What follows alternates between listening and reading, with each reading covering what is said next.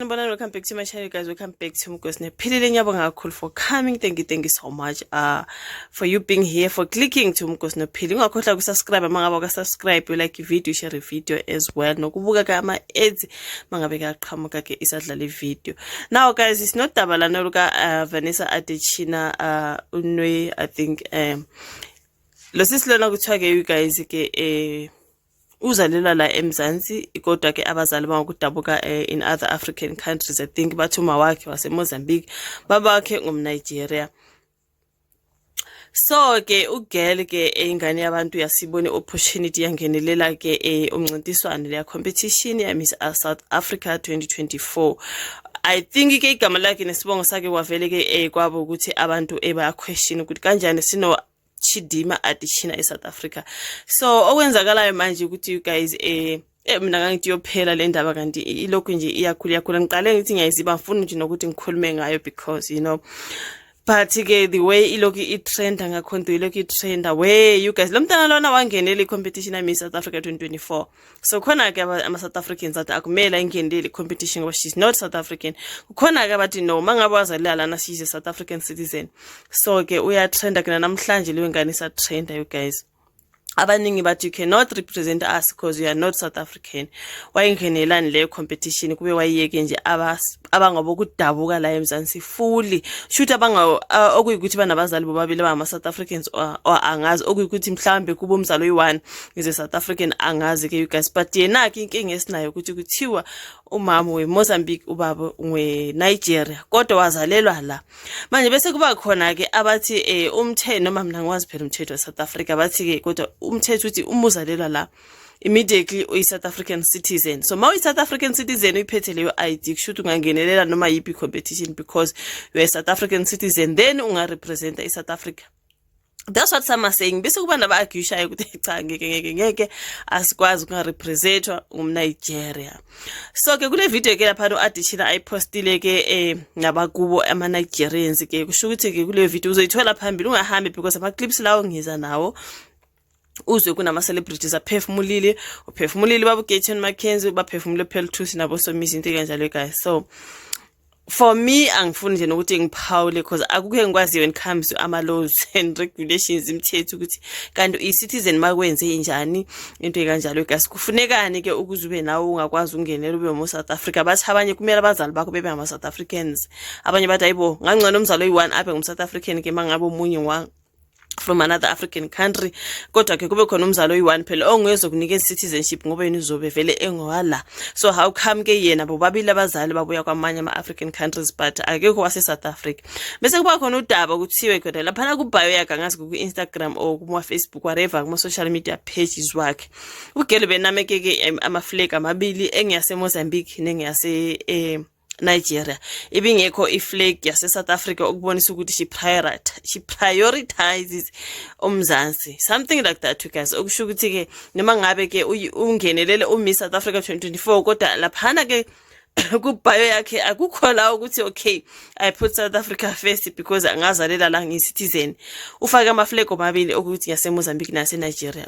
Kuningi ke laphana guys, mina ngizokuphawula futhi nje ngiyazi bakhona abanye abazoza with those comments engihleli njalo ngibakhuza la cause hey phela sazalwa nabanye you guys but ke you guys wow this situation is escalating. Ubaba Gayton Mackenzie usebuye waphefumula ke mabe ngibuza ukuthi ngabe enethini ke regarding le meko yabona ngabantu wathi yena no uzongena kulo lolu daba kodwa but they can't be represented by a non-South African. Mangabe she's not South African then no she can't. He will have to investigate though, but mangabe she's a South African then she's welcome. Good luck to her.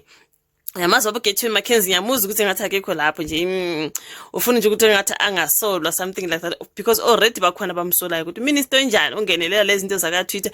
Do you know guys ukuthi i-social media I think ngeke ngenze i-video la ngathi u-social media ingozi kabi. U-social media unama bullies, u-social media unama haters, u-social media yazi inzondo ekhona ka social media you will not manage. Usho ukuthi wena Miss South Africa bamvumele kanjani ugirl angenela angithi ufike ephethe umazisi wakhe wangenela competition but oh, you are a South African citizen. Na manje kuthiwa ke uyamitha ama requirements. Manje ke abantu bathi hayibo kodwa ngu-Adetshina Chidima Onwe hayi ngeke bafethu, she's Nigerian. Naleya video ilana se-celebrate nabakuba kubonakala ngathi khona ama-South Africans athi yeah, we are proud of you Adetshina, it's only Nigerians. It just makes the situation worse.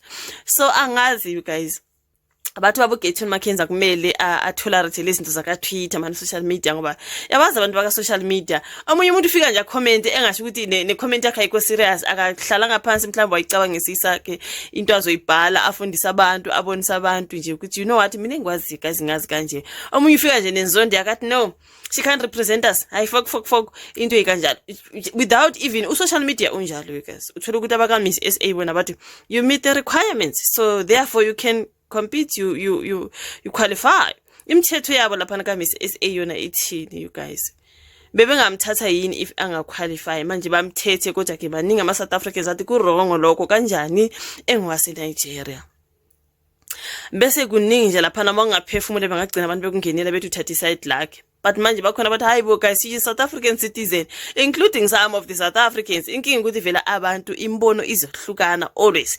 Imbono ihlezi yahlukana you guys. So ke for mina angifuna ungena kakhulu. Ngicela umameli wabo Getty Mackenzie, umameli wabo Somizi and other celebrities of which kunabantu manje abathi ay ama celebrities vela njalo ahleze faka abanye abantu phambili. Awanandaba nama South Africans ukuthi you know kuningi nje ngibona engifunda right now. So it's a whole lot. Angazi ukuthi wena uThenzo bekumbono kodwa if you are deciding to come for me, ashame you're coming for the wrong person. Thank you so much for watching the video. Like, subscribe, share. Mamela ke naba bakhulumayo.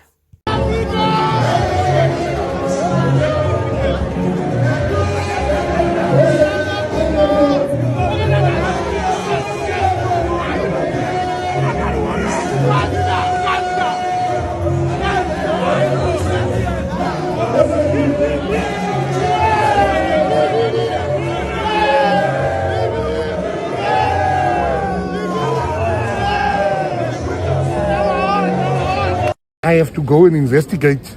I can't just talk because I'm a minister. And if she's South African, we will wish her well. But if she's not South African, we can't have her represent us on the world stage. Where I am sitting now, I don't know. I am waiting for answers. But they say it's xenophobic when you ask the question. How can it be xenophobic? We must ask questions. My surname is Mackenzie. So some people ask me, you South African? Because my surname doesn't sound too South African. I don't get offended like, no. Why are you asking me that? We must start to listen to each other. We are being overrun here by illegal foreigners. Not, the emphasis on illegal. People on the ground are feeling the pain. I can't now because I'm a minister now. I must now stop talking about the problems. Illegal foreigners got all the jobs here. They're taking over everything. And it's a problem that we need to speak about in the restaurants. They're the only ones working. Minister, do you not think that sentiments like that are what perpetuate, particularly on social media? If she was just honest from the get-go, I would have removed myself from because it's my reputation. I would have removed myself from the pageant because I speak about, now I'm all about morals and ethics and principles. There's over 1 million illegal immigrants in this country destroying the country. I wouldn't be part of an organization that is dishonest. But now my opinion, and I said, because I don't want to go into depth about this, my reputation could be on the line if it's not true. Her mom is not this, her mom is this. All the necessary requirements were met. What are we still fighting for? And I was a bit disappointed with the minister yesterday. If this girl, I don't even know her name right now, my bad, I just woke up. If this girl went to the Olympics representing South Africa and she won gold medal, what would you guys be saying? She's Nigerian, she must take that medal to Nigeria. Don't lie, yeah.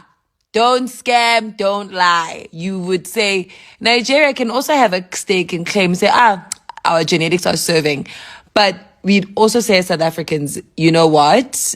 We contributed to this greatness. We raised this greatness because it grew up right here on our soil, eating our food, her food as well at this point, drinking this water that we are serving here in South Africa and the education we are serving. She's South African! Leave her!